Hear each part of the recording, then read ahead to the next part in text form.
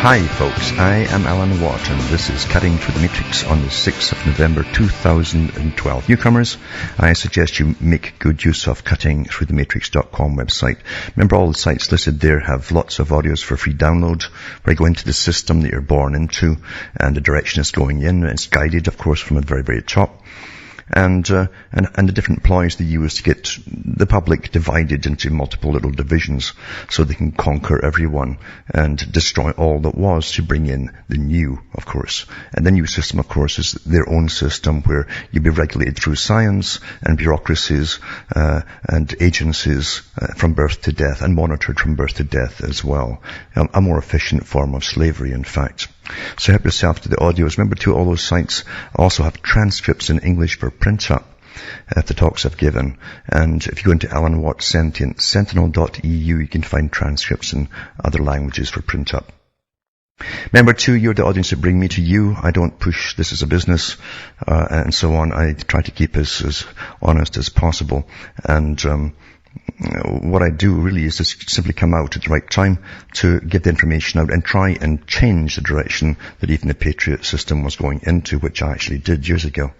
And others had to kind of follow along, which upset the big boys at the top.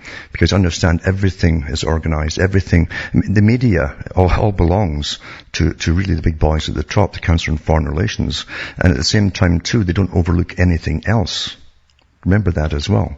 And they have infiltrated so many different organizations that start up.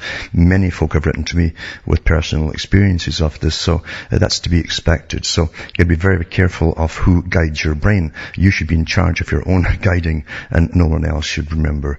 Because once you start parroting people without checking out all the facts, then someone else is controlling you. So as I say, if you like what you're hearing here, you can guide me along, or keep me ticking along by buying the books and discs at cuttingthroughthematrix.com and donating. I don't get money from any other things that are sold here from advertisers or anything, or different products. So it's up to you. And I say that keeps me honest. So from the US to Canada, you can use a personal check to order, or you can donate as well. You can still use international postal money orders from the post office to Canada. You can still send cash, or you can use PayPal. And across the world, you've got Western Union, MoneyGram, and PayPal. Remember, straight donations are awfully welcome in these tough times, and it's getting tougher all the time. Canada really is way ahead of most countries for very high taxes on all products, and inflation too, as we dish out money across the world to up-and-coming nations like India and China and so on. And we're in a form of international communism, because remember, communism was funded by the West from the very, very beginning. You've got to have a dialectic to change the world. Otherwise, you wouldn't change the world. If there's only one side and one natural system, you can't change it. You must get a dialectic going of opposition. And that's what the whole Cold War was about too, as they guided it all along. And even the Rees Commission to investigate all the so-called left-leaning foundations in the US, these multi-trillion dollar foundations, were funding what seemed to be communistic organizations. And the Rees Commission found out in the 1950s that eventually they'd merged the two systems together. So you got massive bureaucracies in government, you see, running you in a communistic fashion with agencies telling you what to do, what to think, all the way from school right up through your lives. And you've got the fascists at the top running the whole system. Beautiful, really, isn't it? It's very clever. And folk never really catch on, or if they do, they forget it very quickly. They get caught up in all the massive data that's thrown at you every day. Remember, data is just that. Doesn't mean it's true. It's just data that fills your head. And there's only so much your head can accept until you start deleting. Back with more after this break.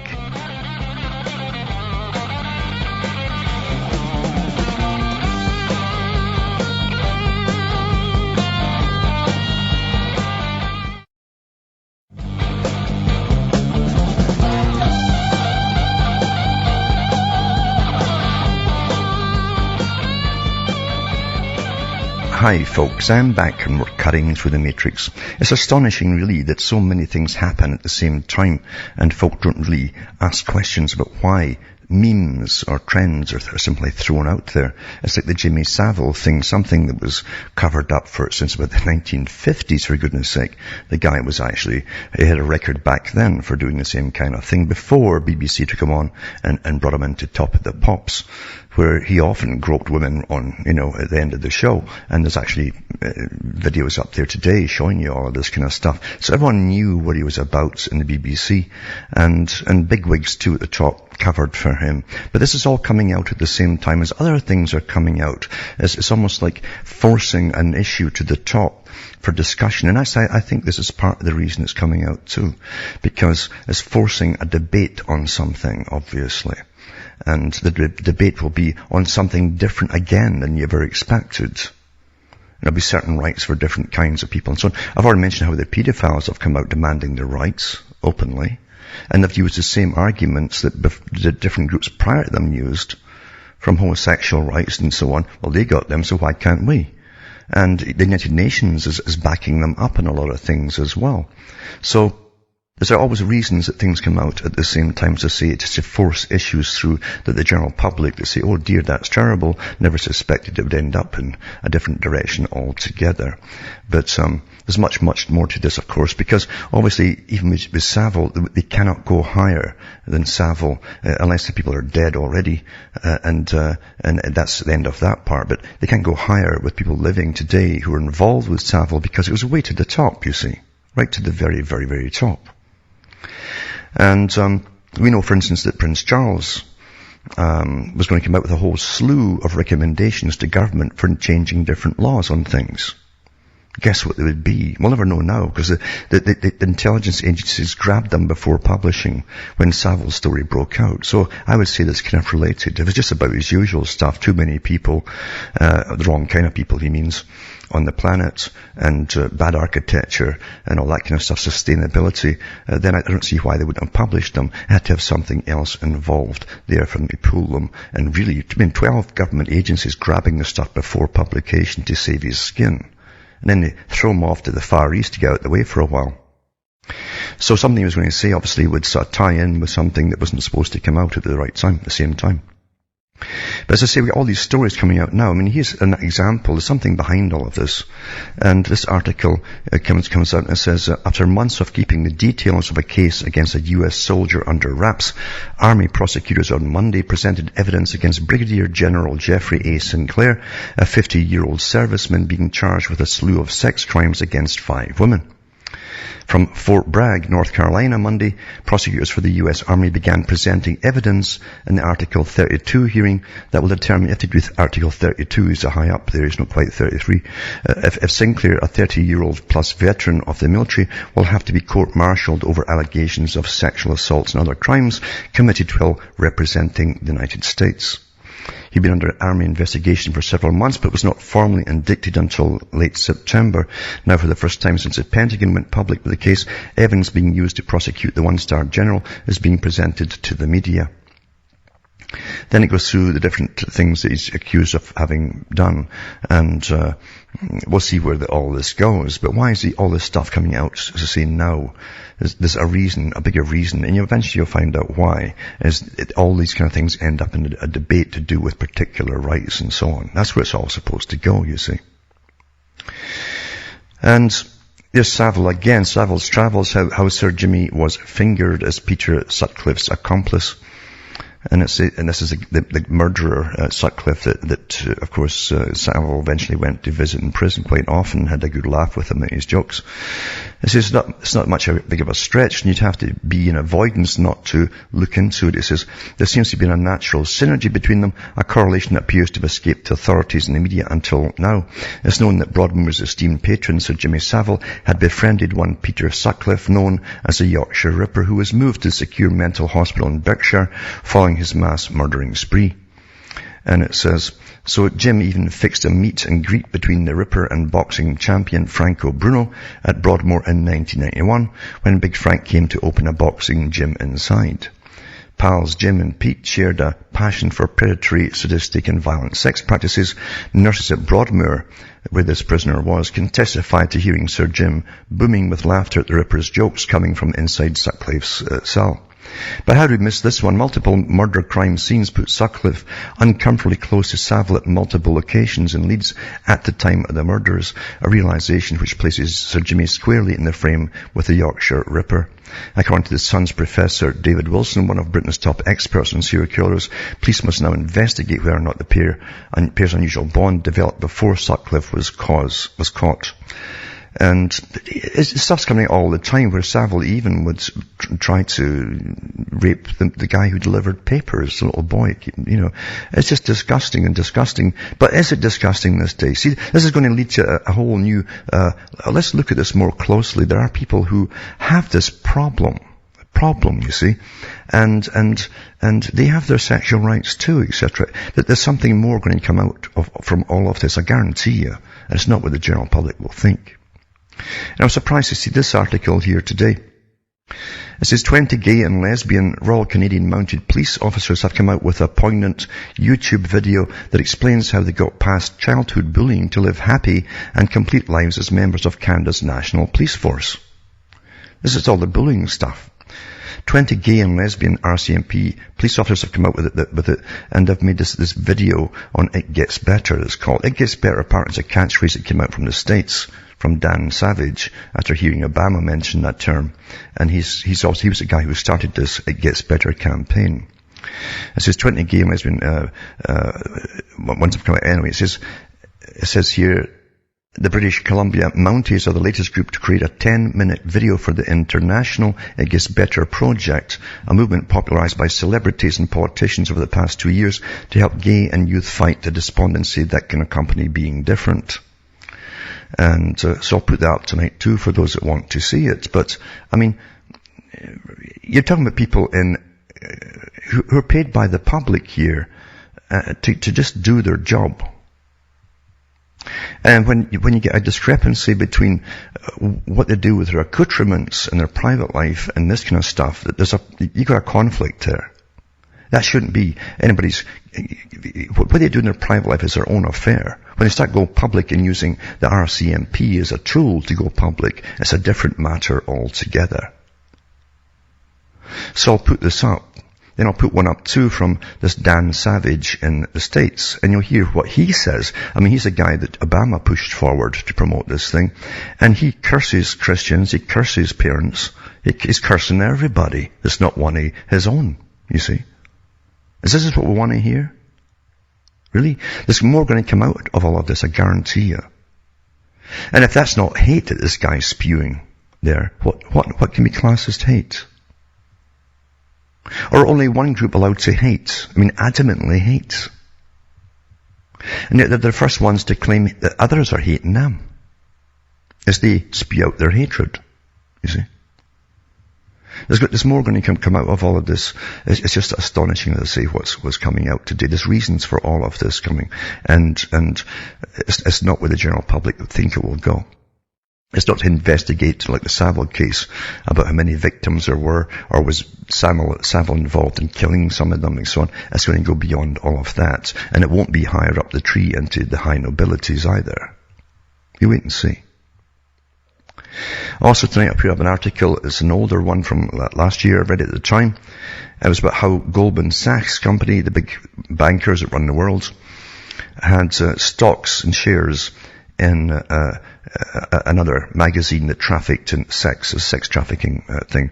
Global Investment Securities and Sex. Goldman Sachs has long been a big name on Wall Street, but investigation trying the banking giants to a website linked with sex trafficking has left the firm scrambling to say goodbye to some stock. They signed a deal Friday to begin unloading its share in Village Voice Media, a privately held media conglomerate that oversees some of the biggest alternative newspaper in America. Also in the firm's client list, though is Backpage.com, I guess they see it through Backpage.com, a site that's become essentially synonymous with the online sex trade. After the New York Times revealed last month that Goldman Sachs owned a 16% stake in Village Voice Media, the bank was begging for a solution to settle what quickly snowballed into PR disaster.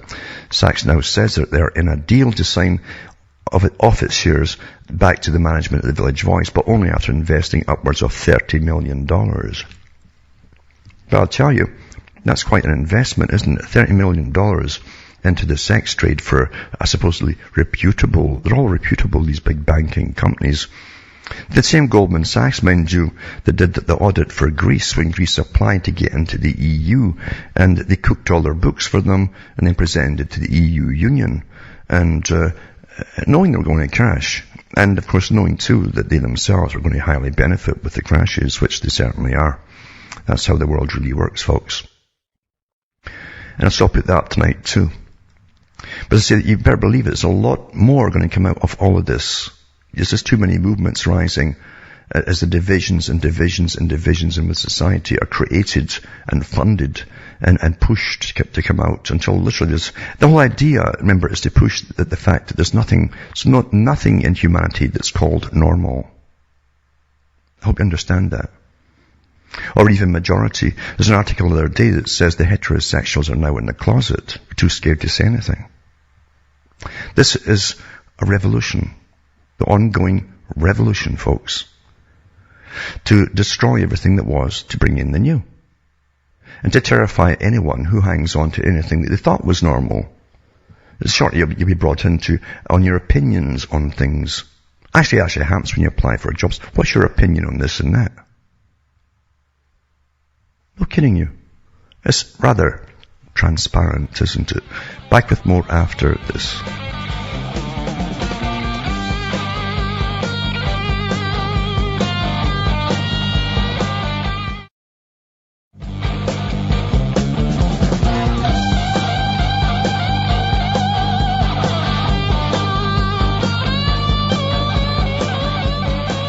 Hi folks, I'm back. We're cutting through the matrix. And last night I talked about the Planned Parenthood International with the United Nations pushing for elimination of the age for consent for children.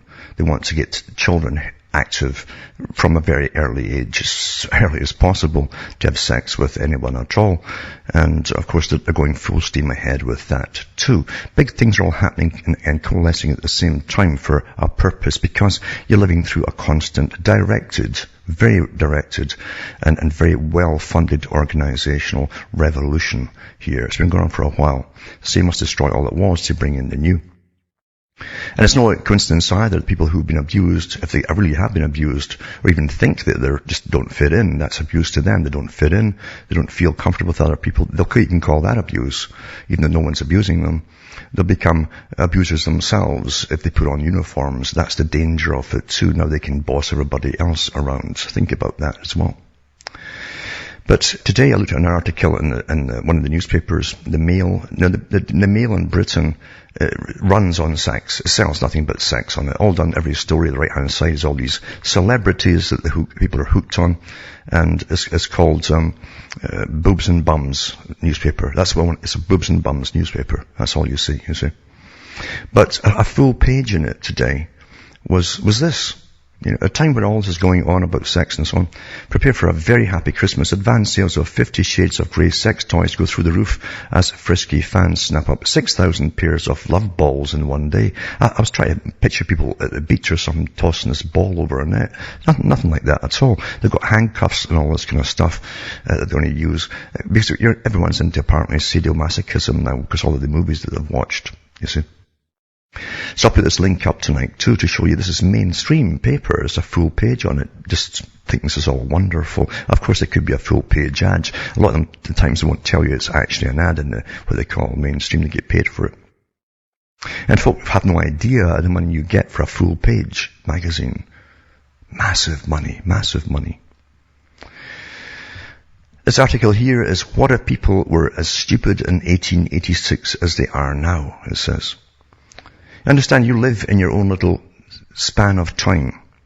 And the trick, as Orwell pointed out, is to eliminate the past. Aldous Huxley said the same thing. He says the trick is of eliminating the past is vital for a totalitarian system so that you don't know how good the past was. See, they always tell you you're living the best of times. But it gets worse and worse. This one here is to do with your little span of memory, you see. And people live in their little bubbles. They don't talk to older people. They've been trained in school since the 60s. Don't talk to anyone over 30. Now it's down to about 20 almost.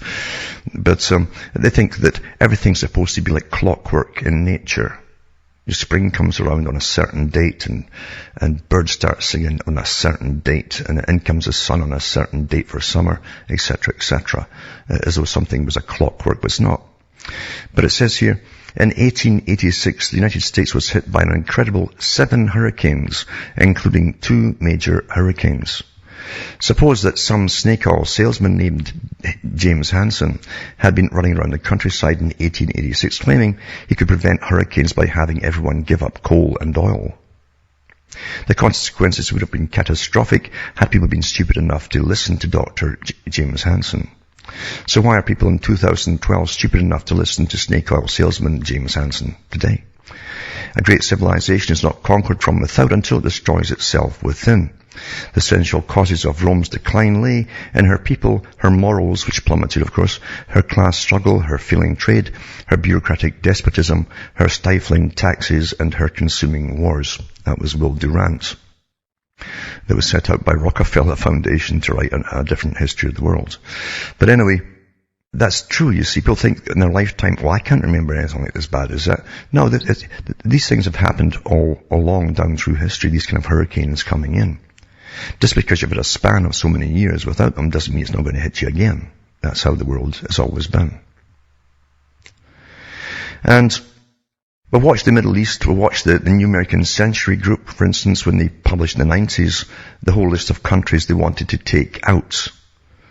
Starting with Afghanistan, then Iraq, and then they wanted to go straight to Syria and bypass Iran and other ones at that time. It was the same list, by the way, if you look into the Jewish newspaper, Haaretz in Israel. This is the same list that they had there too, and they wanted the US to go through them all. Even when they finished with Iraq, the Israelis were telling them, the US, no, don't stop now, go straight to Syria. But it just shows you how things are really, really going, because now Turkey, who's been a friend, supposedly, to the West, and wants to join the EU Union. I'll have another article on that tonight, I'll put that up. And they've actually made steps to join. There's so many steps to join the EU. There's like step A, B, C, D, E. So you can immerse yourself a little bit at a time until you're fully engrossed in it. But here it is from, it says the Jewish and Israel News, Allgemeine Heiner. It says here, after Ahmadinejad, it says, the greatest threat to Israel is Erdogan of Turkey. So Turkey, who even promised to give air bases to Israel at one point to bomb Iran, now they're getting the sights set on them too. It says, after President Ahmadinejad of Iran and Iran's theocratic Islamic State, the greatest threat to Israel is Prime Minister Tayyip Erdogan of Turkey and Turkey's Islamist government. This is surprising because Turkey and Israel used to be close allies. The rift between the countries is directly linked to the ascendancy of Islamist rule in Turkey. You understand, all Islamics have to be wiped out and secular societies brought in. That's the mandate of the United Nations. Back with more after this break.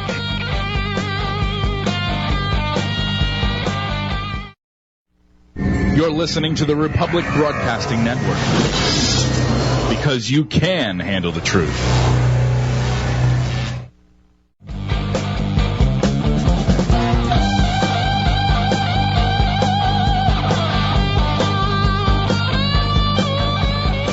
Hi folks, I'm back. We're cutting through the matrix. Reading about Turkey, and of course Turkey, don't forget the history of Turkey with the Ottoman Empire and so on, and how powerful it was as well. And the massive geopolitical strategies have been brought out over the years to try and deal with that and eliminate it, of course, which Britain did. And all the things that have happened since. But I'll put this link up tonight to show you that literally no one's safe anymore if you're an Islamic State, basically. They've all to be done away with. And I said that years ago. It can only be one, you understand. That's what the movies say. There can only be one. And we're well on the way to it. And also put on too, Turkey and the EU, the European Union, Erdogan visit to Berlin betrays the tensions, it says, as they pretend there's tensions there and all the rest of it. Remember, Turkey too is a member of NATO, yet being a good ally of NATO, but you can be used and tossed out when your usefulness is over. And this article too is the new dark age. Across Europe, free speech and democracy face their biggest threat since the 30s. And I've mentioned this before, but it says, after a week dominated by the terrible effects of Superstorm Sandy and increasing bitter struggle between Barack Obama and Romney, and the continuing fallout from the Jimmy Savile scandal, it was easy to overlook a little story about an obscure Greek journalist called Kostas Vaxivanis, his name is.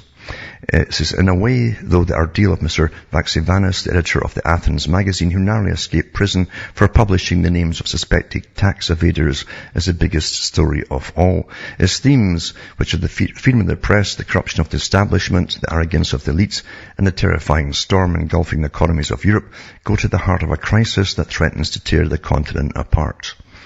And it says, from the Leveson inquiry in London to the attempted comeback of former Italian Prime Minister Silvio Berlusconi, and from the salons of Paris to the committee rooms of Brussels, there are disturbing signs of a backlash against democracy, free speech, and the will of the people, a counter-revolution that could sweep away many of the liberties we take for granted.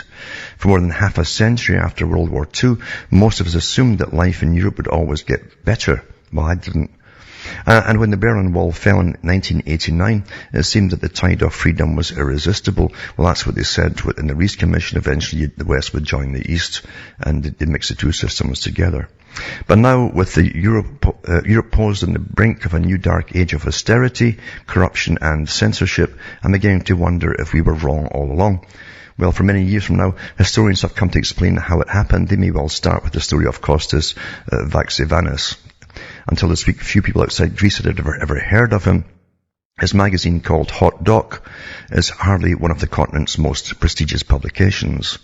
Last weekend, however, he found himself catapulted into the headlines after publishing a leaked list of some 2,059 rich Greeks who have hidden more than €1 billion in secret Swiss bank accounts. Given that one of Greece's greatest problems over the last few years has been a corrosive culture of tax evasion, some estimates suggest that the Greek government loses a staggering €15 billion a year in unpaid taxes. It's not surprising that the list aroused an enormous storm. After all, millions of Greeks are suffering under the most painful austerity regime seen in Europe for generations, while the economy is shrinking by almost 5% a year, living standards in free fall, and unemployment at a staggering 25%. I mean, that whole thing itself should make folk ask you about the whole damn system you're living in, that this is the best we can do, the best economists, the best in all these so-called sciences, and we're in a mess like this. No, this is an agenda, folks. They talked about austerity, bringing in austerity from the globalists at the United Nations long before the crashes started. Their whole thing was, how do we get it going? Well, they crash the banks and get it going. Then they jack up all the prices on the things they sell you, all your energy and everything else, make a massive profit for giving you less. It's all figured out. Anyway, getting back to the story, it says, revealingly the tax evasion list had been doing the rounds of Europe's financial ministries for years, and the French who got hold of it first had already passed it to the Greek government, who, living up to their reputation for incompetence and corruption on a world-class scale, did absolutely nothing about it. But when Mr. Vaxivanis leaked a list in his magazine, the Greek people were given a glimpse of their master's real priorities. Instead of promising to follow up the leads on the list, the government coalition immediately had him arrested and charged with invading the privacy of the rich plutocrats. Well, that would happen in any country today because it's all the same. He was, thank goodness, acquitted. Still, his ordeal was reminiscent of something from George Orwell's 1984, or perhaps Franz Kafka's book, The Trial. And by the way, the book's good, and there's an excellent movie out on the trial too. It shows you the farce and a surrealistic way of the whole justice system, or what you think is reality. It's in which an innocent man was arrested and prosecuted by the repressive authorities without ever being told what he had done wrong. But what makes this even more dangerous is that comes with the far right marching over more brazenly through the streets of Athens, a frightening reminder that this political establishment loses its grip. Ordinary people turn to the extremes. In scenes not seen in Europe since the long night of the 30s, almost every day is bringing in new evidence that in the shattered ruins of the Greek dream, the forces of xenophobia are gathering strength. Well, that's natural. It's natural. It's going to guard. As you get put into the same situation as Germany was when they signed the treaty at the end of World War I for perpetual debt, for paying off perpetual debt to every country involved in World War I. The journalist at the time says Germany will have to fight its way out of it or have another war. That was, all the old books have the same quotations by the famous journalists who attended that. And Greece is in the same state. So I'll put this up tonight too for anyone who wants to read it or care about it. Because why I'm mentioning it is because it's to happen across the whole world, you understand. Austerity is for across the whole world. You have no idea of the amount, the thousands and thousands of organizations funded by the big tax-free foundations which are owned by the international bankers, the big boys, and the guys who own international corporations, thousands of them, the big corporations. You have no idea of the organizations that push to make sure austerity is brought in with a lot more with it, by the way. I mean, an example tonight I'll put up is just Toronto, right? Greater Toronto. Now, I've mentioned different organizations that are changing your town councils. They just simply grafted themselves on board, these non-profit organizations. Now you can't build anywhere and you've got to pay for carbon taxes. Greater Toronto Area Clean Air Council, 2010 Intergovernmental Declaration on Clean Air and Climate Change. This is put out by a private NGO that's now running the councils, folks. And it's a manifesto of what they're going to do and how they're going to cut back on carbon, your cars, all the methods to tax your cars off the roads. Folk who burn wood in their stoves are going to get punished and penalized and all the rest of it. This has all been signed in by all the little cities that used to be outside Toronto. There's now the Greater Toronto Area. They've all signed on to this. And this is the preamble for the whole thing. I'll put this up tonight. Clean Air and Climate Change Summit and Climate Change Summit. Something that's nonsense, Climate Change Summit. The global warming thing. So I'll put that up tonight for those who want to read it. So it's coming everywhere, you understand. Austerity, total austerity, but the ones at the top will be richer than ever before. Remember Carol Quigley said this new system is to be a kind of feudal system, where CEOs of big corporations run the world, from your water, your foods, to everything. Everything, your smart cities. Smart cities, by the way, smart growth is all terms for Agenda 21. IBM leads it, by the way. And this article here too, it says most Americans have absolutely no idea, but a very dark philosophy is spreading like wildfire amongst the global elite. This philosophy is an obsessive belief that humanity has become a cancer that's destroying the earth. There are now large numbers of global leaders that are convinced that the exploding population in the world has become like a virus or a plague. Prince Philip said that too, and that it must be combated as such. In fact, it would be very difficult to understate just how obsessed many members of the global elite are with population control. The United Nations puts out position papers about it. Universities have entire courses dedicated to it. Radical population control advocates have been appointed to some of the highest political positions in the world, and some of the wealthiest people on the planet get together just to talk about it. You know, the Lucky Gene Club and so on. Those who believe in this philosophy are constantly talking about the needs for increased access to abortion, contraception, and other family planning services. I'm going to laugh at some of the terminologies used for family planning too. There's women's health issues. As though pregnancy was a disease. It's all doublespeak, you see. But even with all of their efforts, the population of the world is still expanding, it says, and those who believe in this population control philosophy are getting nervous. So just who are these people amongst the global elite who believe so fervently in population control? Some of the names you're about to read below might totally shock you.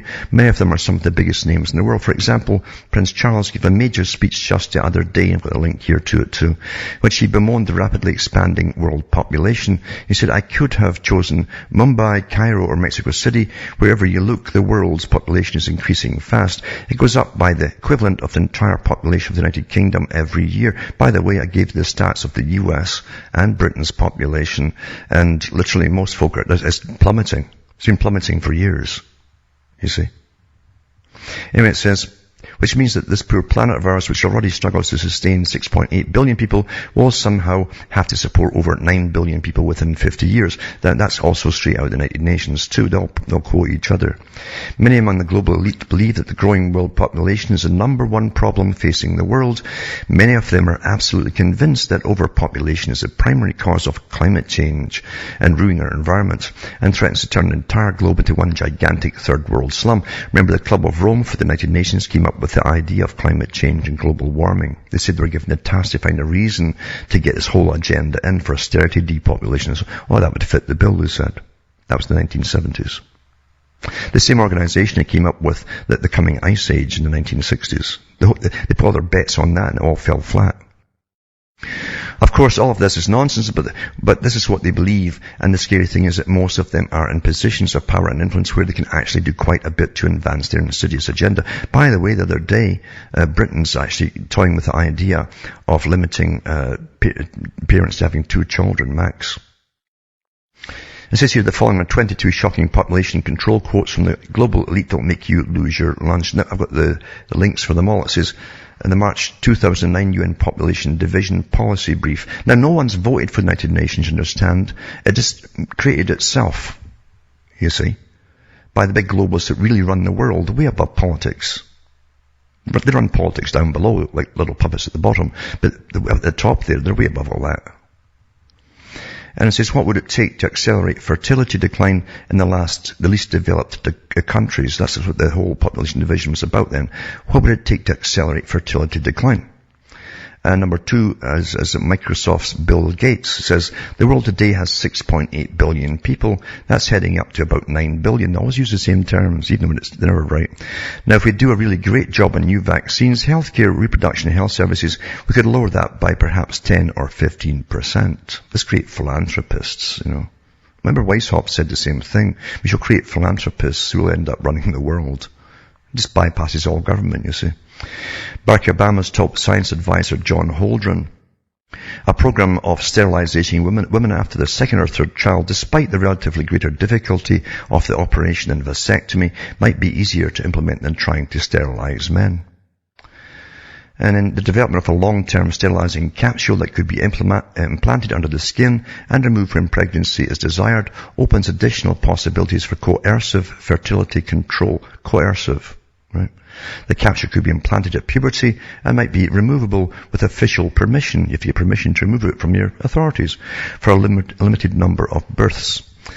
Number 4, George Bush's science advisor, Paul Ehrlich. Each person we add now disproportionately impacts the environment and life support system of the planet. And number 5, U.S. Supreme Court Justice Ruth Bader Ginsburg. Remember reading that quote at the time when she made it. She said, frankly, I'd thought that at the time Roe was decided, Roe versus Wade, there was concern about population growth, and particularly growth in populations we don't want to have too many of. And number 6, a United Nations Population Fund report entitled Facing a Changing World, Women, Population and Climate. I'll put the link up tonight too. No human is generally carbon neutral, especially when all greenhouse gases are figured into the equation. That was David Rockefeller. And also, it says the negative impact of population growth on all of our planetary ecosystems is becoming appallingly evident. He's been at that his whole life, of course. He's been in eugenics his whole life as well. He wants the right kind of folk to survive, the better types, you know. Jacques Cousteau, of course, the great, wonderful Jacques Cousteau, something fishy about that guy. He says, in order to stabilize world population, we must eliminate 350,000 people per day, he says. He's an amazing guy, Jacques Cousteau, you know, because he worked for the British MI6 during the war, or OSS, and his brother worked for the Vichy French on behalf of the Nazis. You see, they cover both sides of the spectrum. And CNN founder Ted Turner, a total population of 250 to 300 million people, a 95% decline from present levels would be ideal, he says. And Dave Foreman, Earth First co-founder, says, my 3 main goals would be to reduce human population to about 100 million worldwide, destroy the industrial infrastructure, and see wilderness with its full complement of species returning throughout the world. And Prince Philip, the Duke of Edinburgh, if I were reincarnated, I'd wish to return to Earth as a killer virus to lower human population levels. That was Prince Philip, the Queen's husband, who's always in the cellar boozing. And that's a fact too, folks. You know, He'd come back probably as a kind of fungus that would ferment booze, I think. David Brower, first executive director of the Sierra Club, says, childbearing should be a punishable crime against society unless the parents hold a government license. All potential parents should be required to use contraceptive chemicals, the government issuing antidotes to citizens chosen for childbearing. And Planned Parenthood founder Margaret Sanger, they want to have lots of sex with children, mind you. She just said that children are actually weeds. She says the most merciful thing that a family does to one of its infant members is to kill it. You know, that's Planned Parenthood, you know. They're concerned about women's health, you know. Planned Parenthood founder Sanger, it says Women, Mortality and Birth Control, New York Publishing. That's the whole book. You can actually see the book. You can order it yourself.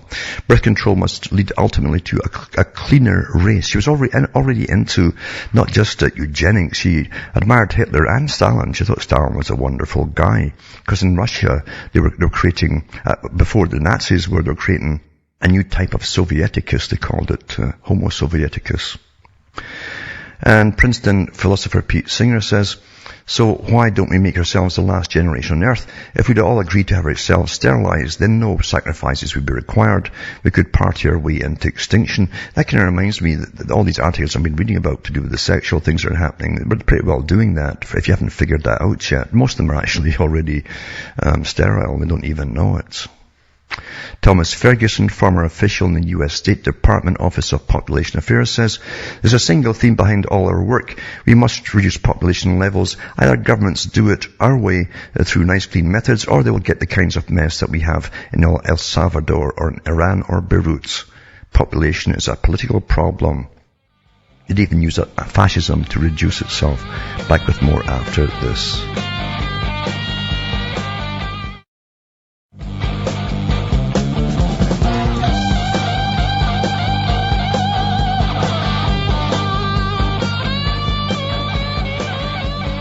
Hi folks, I'm Alan Watt, and we're talking about the big system that we live under. Most of the organizations, we don't even get a chance to vote for. Not that voting matters anyway, it's all rigged in advance. But we don't get a chance to even go through the farce of it all. These big organizations that run the world, like the United Nations, World Health Organization, under the United Nations, the ones who want to depopulate. And they have massive public relations department, which is propaganda departments, remember. That's what PR comes from, propaganda. To try and sell you all these ideas, to make you think the way that they want you to think, to change your behavior. It's all behavior modification, remember. They prefer if you all sterilize yourselves, because you're not going to do it, they're already doing it for you. And they even turn out their own statistics every year telling you how sterile you're all becoming, and the rest you're dying off of cancers as you get sprayed from the skies with chemtrails, and you're eating all this poisoned food. Of course, the big agribusiness boys who are in with the United Nations and make sure that you're eating, because they spray it like crazy in all the food. Anyway, this article here says, the United Nations Food and Agricultural Organization, this is the same organization that said years ago that food and farming was too important to be left to farmers. What they meant was the big international agribusinesses had to take over. Anyway, it says, have reported that 18% of the world's greenhouse gases and CO2 equivalents can be directly contributed to livestock. See, they want you to do away with livestock. If we had less animals raised for consumption, we could cull considerable environmental benefits, you see. In other words, you'd be awfully weak, you'd die faster and all the rest of it.